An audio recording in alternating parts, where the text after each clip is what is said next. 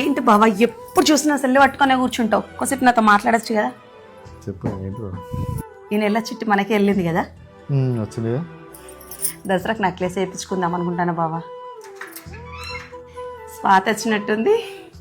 తేజ ఇద్దరు కూర్చుండి మంచిగా ముచ్చట్లు పెడుతుంటే డిస్టర్బ్ చేసిందానే? ఏం డిస్టర్బ్ చేయలేదే, రాను. ఏంటో ఇట్లా మా ఇల్లు ఇన్ని రోజులకు గుర్తుకొచ్చింది. అదేం లేదే, చిన్న పని ఉండి వచ్చిన.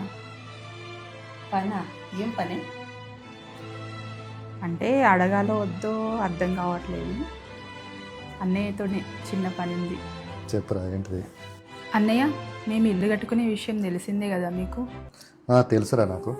ఏం లేదన్నయ్య, అంతా కంప్లీట్ అయింది.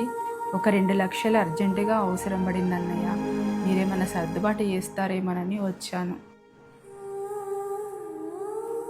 మీ దగ్గర లేకపోతే ఎవరినైనా అడిగిచ్చినా పర్లేదు, కాకపోతే ఇంట్రెస్ట్ అయితే ఎక్కువగా ఇచ్చుకోలేను అన్నయ్య. ఒక 2-3 నెలల్లో ఇచ్చేస్తాను. సరేరా, ఇల్లు కోసం అంటున్నావు కదా, నేను ఏ విషయమైనా నీకు రేపు చెప్తా, సరేనా? సరే అన్నయ్య, ఈ చిన్న హెల్ప్ చేసి పెట్టండి. సరేని తేజ, వెళ్ళొస్తానే. పోయి రాలే. ఏమనుకుంటాను బావా? ఏంటనే ఇంకా షాప్కి వెళ్ళలేదా?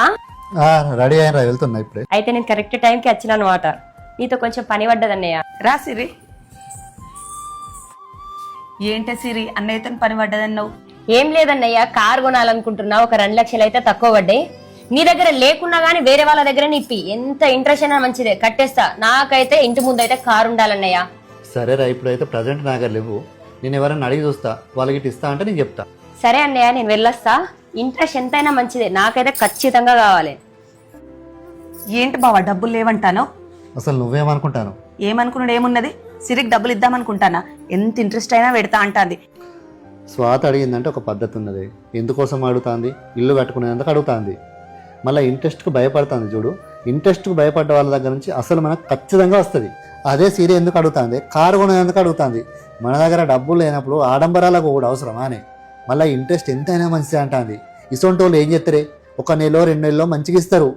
3వ నెల నువ్వు అసలు అడిగినావు అనుకో, నీ ఫ్రెండ్షిప్ అక్కడ వరకే కట్ అయిపోతుంది. అమ్మో, నువ్వు చెప్పింది నిజమే బావా. వడ్డీకి ఆశపడ్డదని అసలుకి ఎసరత్తది అనుకోలే.